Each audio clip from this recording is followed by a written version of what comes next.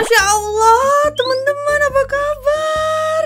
Ini udah 4 tahun apa 5 tahun ya? YouTube gue akhirnya kembali lagi setelah huru hara yang terjadi. Gimana guys kabarnya? Semoga kalian baik-baik aja. Udah lama banget gue gak nge-YouTube kayak gini, gak storytelling kayak gini. Agak kaku ya Wak ya. YouTube gue sekarang gue mau ngebalikin segmen Mari kita cerita. Nantinya juga bakal ada segmen-segmen lain selain Mari kita ini. Kalau kalian ada ide boleh komen di bawah. Cuman di segmen Mari kita ini, di video pertama ini agak menyeramkan ya gue bahasnya. Ini rumor-rumor yang lagi terjadi di sosial media kita pas awal-awal demo kemarin. BTW kenalin dulu, ini Haci Pupu gue. Ini adalah mic gue sekarang. Rumor apa tuh kak yang lagi rame waktu itu kak? Ini tuh rumor tentang darurat militer yang akan terjadi katanya di Indonesia kalau kita masih ricuh terus-terusan. Serem banget nih. Kalian tahu nggak darurat militer itu apa? Jadi di video kali ini gue akan kasih tahu ke kalian apa itu darurat militer dan contoh nyatanya tuh apa sih.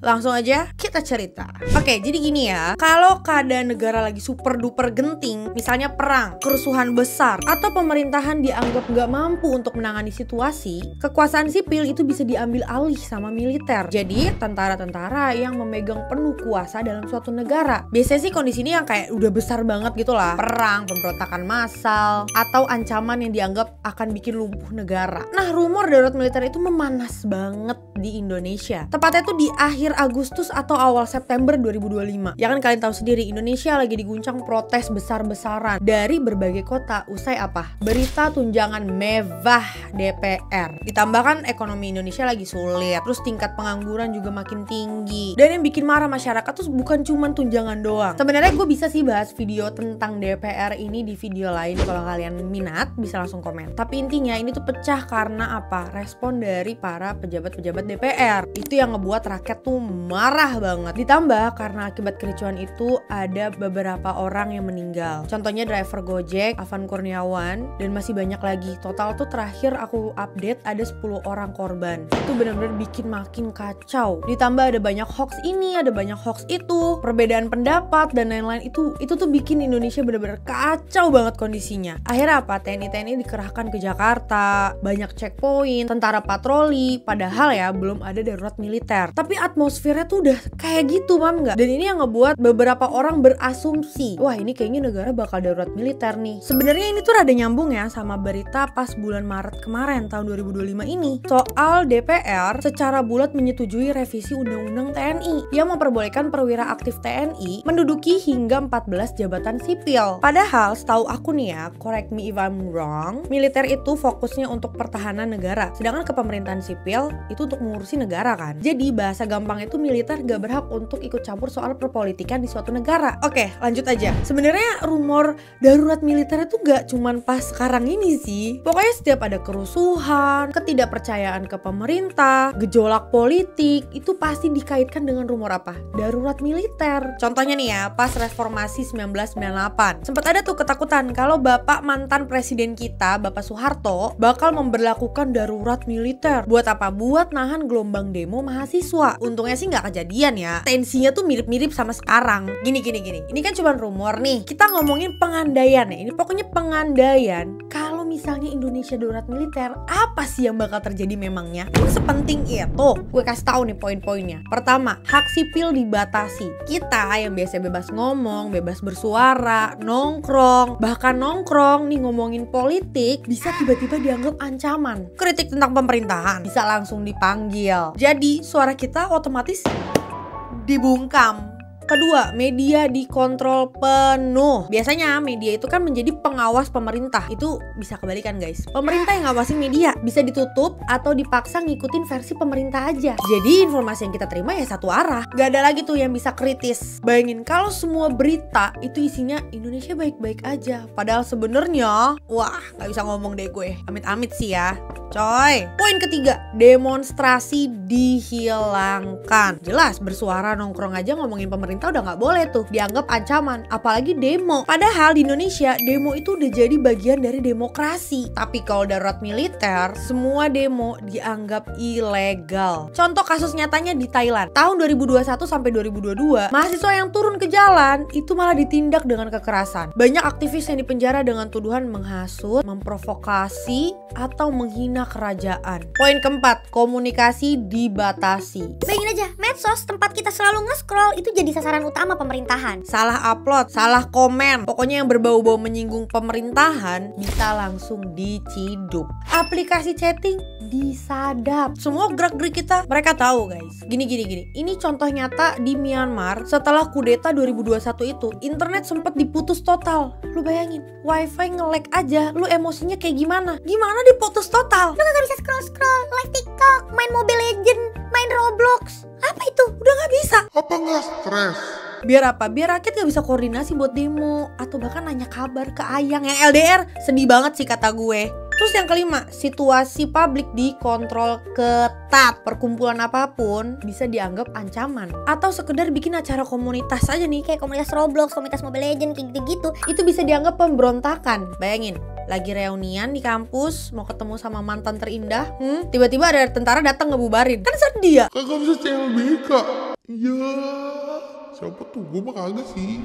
Nah kemarin pas akhir Agustus sampai awal September itu kan tentara-tentara udah pada mulai turun tuh ke jalan. Ya bisa dibilang sebagai respon awal. Ini tuh termasuk sinyal bahwa otoritas militer mulai turun tangan kan. Jadi belum darurat militer secara formal, tapi atmosfer di Indonesia tuh makin kesana pada saat itu. Dan sementara itu juga pemerintah itu sambil meredam pasar keuangan. Karena protes pas saat itu saham tuh sempet turun. Kalau nggak salah sekitar 3%-an deh. Kalian ada yang ngerasain nggak? Coba komen deh. Ya sebenarnya kalau sehari aja kita masih bertahan ya, tapi bayangin kalau itu berbulan-bulan, itu udah kayak wah gue gak bisa sih kalau gue. Ini contoh nyata lagi nih yang terjadi di Korea Selatan akhir tahun kemarin tuh, di Desember 2024. Masih inget gak? Atau kalian ngikutin gak kasusnya? Pada saat Presiden Korea Selatan Yoon Suk Yeol tiba-tiba ngumumin darurat militer di tengah-tengah malam. Tuh orang pada tidur, dia tiba-tiba ngumumin Darurat militer ya. wah, apa nggak geger tuh di Korea? Tentara-tentara udah ngejaga di depan gedung DPR, warga kaget, media langsung dibungkam, semua kegiatan politik dibatasi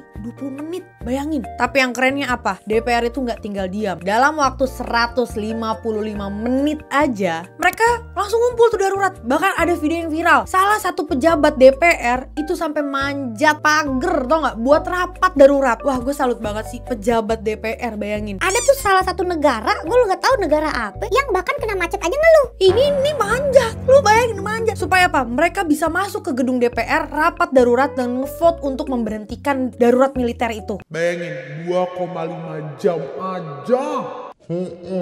Publik beneran marah banget. Presiden sampai kehilangan dukungannya. Artinya apa? Sistem demokrasi mereka tuh masih jalan dan bisa nahan niat otoriter. Jadinya apa? Presiden Yoon Suk Yeol diturunkan dan diadakanlah pemilu ulang di Korea. Ini sempat terjadi dengan mantan presiden kita, Bapak Gus Dur. Kalian udah pasti tahu beritanya. Saat diturunkan, wakilnya yang naik kan. Jadi nggak diadain pemilu ulang, tapi wakil presidennya yang naik menjadi presiden. Nah, gue nggak bisa berkata-kata dah. Jangan sampai Bapak Prabowo turun ya Pak ya. Saya walaupun dulu kan saya diserang karena saya tidak mendukung Bapak, tapi tenang, sekarang tuh udah gak ada 01, 02, 03 gak ada. Saya sudah menjadi rakyat Indonesia, menjadi satu kesatuan. Dan setelah Bapak menjadi presiden, saya mendukung penuh. Ya kan saya rakyat. Saya tidak akan membiarkan Bapak turun, Pak. Gue ngomong serius, gue gak mau Bapak presiden kita turun. Gue gak mau ngasih tahu alasannya, cuman ini lagi ngomongin hal yang tidak bisa dibercandakan. Ini ngomongin Myanmar tahun 2021, militer kudeta dan mereka langsung deklarasi darurat militer. Awalnya tuh katanya cuma setahun, tapi mohon maaf diperpanjang terus-terusan sampai 4,5 tahun. Selama itu ribuan orang ditangkap, media dibungkam, konflik bersenjata makin parah. Bahkan media luar tuh susah banget untuk dapetin berita di Myanmar guys. Bener-bener situasi sangat menegangkan banget di Myanmar. Tapi baru Juli 2025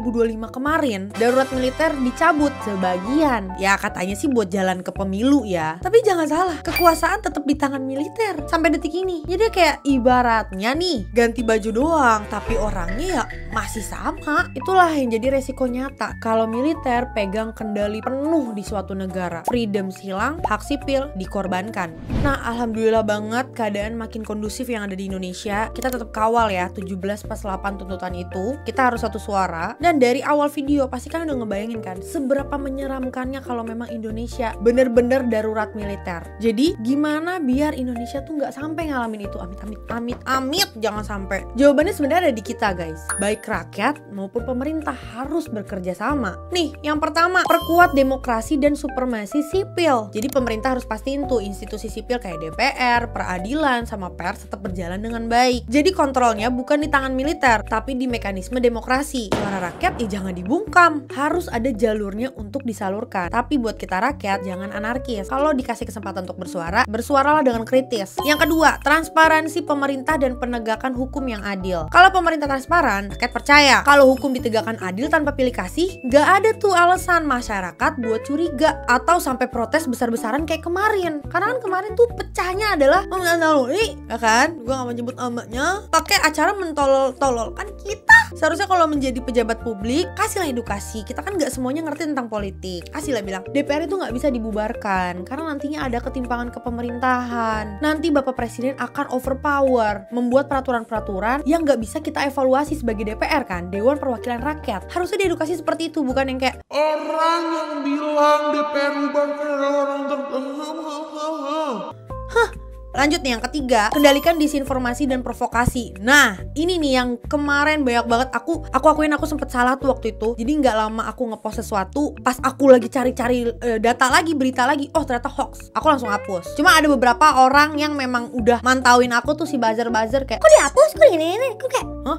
Ya itu mumpung baru ratusan orang yang nonton, gue take down karena gue tahu ternyata ini hoax gitu. Malah diprovokasi lagi. Pokoknya kita tuh bener-bener harus tahan emosi, jangan sampai terprovokasi. Hoax itu bahaya banget guys, bisa bikin masyarakat panik, terpecah belah. Dan ini pemerintah memang harus lebih sigap untuk melawan disinformasi. Dan masyarakat juga harus lebih pintar, jangan kebawa emosi, terus juga cari beritanya lagi. Pokoknya kita harus lebih bisa menganalisa lah berita-berita. Terus juga ruang dialog dengan rakyat, bukan ruang dialognya rakyat, tapi ruang dialog dengan rakyat. Jadi wakil rakyat tuh jangan cuma nongol pas lagi kampanye. Bener-bener kalau udah menjabat harus turun langsung dong ke masyarakat, ngobrol, dengerin keluhan. Kalau ada ruang dialog, keresahan itu kan bisa diredam sebelum terjadi konflik yang besar gitu. Jangan malah udah terjadi konflik yang besar, kabur ke Singapura. Terus selanjutnya yang kelima, peran aktif masyarakat sipil. Ini buat kalian yang nonton ya. Kita itu punya tanggung jawab. Organisasi masyarakat, mahasiswa, LSM, sampai komunitas kecil harus aktif jadi pengawas. Karena itu tanggung jawab kita. Kita sudah memilih orang itu, kita bertanggung jawab untuk mengawasi orang itu kerjanya bener apa enggak. Kalau ada kebijakan yang nggak beres dan merugikan kita sebagai rakyat, kita harus menyampaikan itu lewat jalur yang tepat ya, jangan lewat kekerasan. Dan yang terakhir, profesionalisme militer. Yang tadi gue bilang, militer itu seharusnya fokus aja ke pertahanan negara, ya dari ancaman-ancaman luar, bukan urusan politik dalam negeri. Kalau tentara tetap profesional, mereka nggak akan gampang ditarik ke ranah politik. Terus yang ketujuh, belajar politik guys. Ya walaupun cuma dasar-dasarnya aja, nggak perlu nyemplung gue ke dunia politik. Supaya apa? Kita tuh nggak gampang diprovokasi, kita nggak gampang dipecah belah. Karena kalau rakyat makin melek dengan isu-isu politik, makin susah tuh orang-orang pakai isu apa gitu yang bisa bikin kita makin chaos. Sekarang tuh rakyat bantu rakyat. Karena kemarin kan sempat rame yang soal kalau mau jarah aja